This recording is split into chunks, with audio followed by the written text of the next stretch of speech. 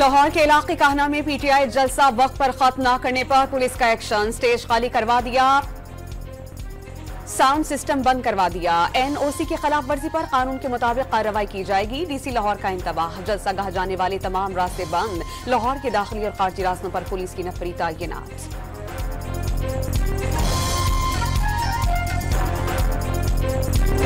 मुस्लिम league नून का पंजाब से PTI का सवाया होने का दावा, पूरे पाकिस्तान से चंद लोग इकट्ठा कर सके। विफाकी वज़ीर इत्तलात और नशरियात का रद्द अमल, जलसे में पूरे सूबे से सिर्फ 3000 लोग पहुंचे। आसमा बुखारी की न्यूज कॉन्फ्रेंस।